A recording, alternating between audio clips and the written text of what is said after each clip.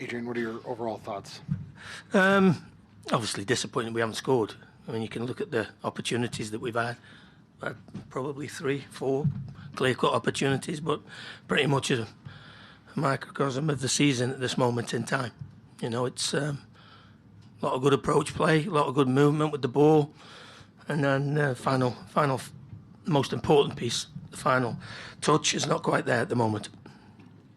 Adrian, with the second half came 3 tactical changes. When Fraga was introduced, you saw Robin move to the midfield, and then when Mender came on, you moved to a 4-4-2. Yeah. What were the 3 different changes? What did you see with each? Personnel? I thought that Robin was like his old self again tonight. There was a lot of. I thought when he went in midfield, actually, he got us control of the game again. It was a bit too much end to end at one stage. And that's the type of game that they enjoy because they're very good on the counter-attack and then transition moments. But Robin gave us some calmness in there and some strength of possession. And, you know, obviously we went for the game. We put, at the end of the day, we had sort of 5 or 6 front people on. Robin's played up the front. So, you know, I thought there was some good aspects of our play this evening. But obviously the most important one is in the final third. That's the game changer in football. That's why Irving Haaland's worth 200 million, because he gets 50 goals a season. That's the problem. Adrian, it's the first time all season you guys were the better team in terms of passing accuracy in this one. What did you see from your midfield tonight in terms of connectivity?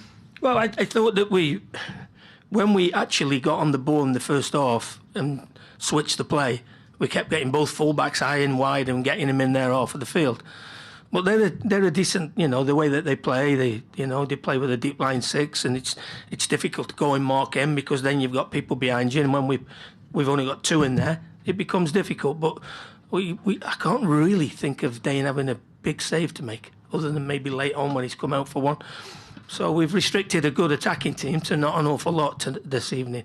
The only disappointment is that we haven't taken the advantage of the opportunities that we created ourselves.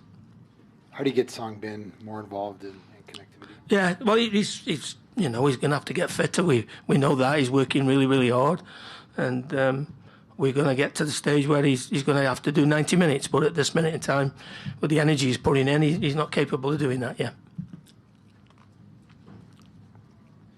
Adrian, Taylor Twellman was on the call for Apple TV tonight. Yep. In the 19th minute of play, this is a quote from him. He said 2 weeks ago they were down in Argentina and felt like Reynoso was going to get on the airplane, and then 24 hours later he did not.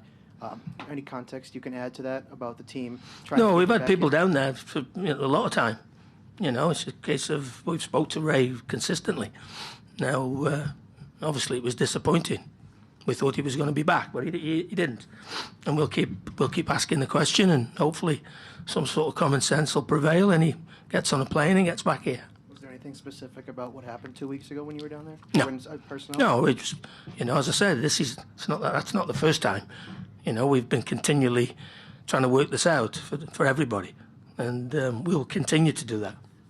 What's the status of Curvin? Obviously wasn't in the lineup tonight. Hamstring, tweaked his hamstring in Detroit, and obviously with everything that's coming up, the games that we're going to have through the summer, hamstrings are not really something that you can sort of gamble with, and we don't need to gamble with it at this stage.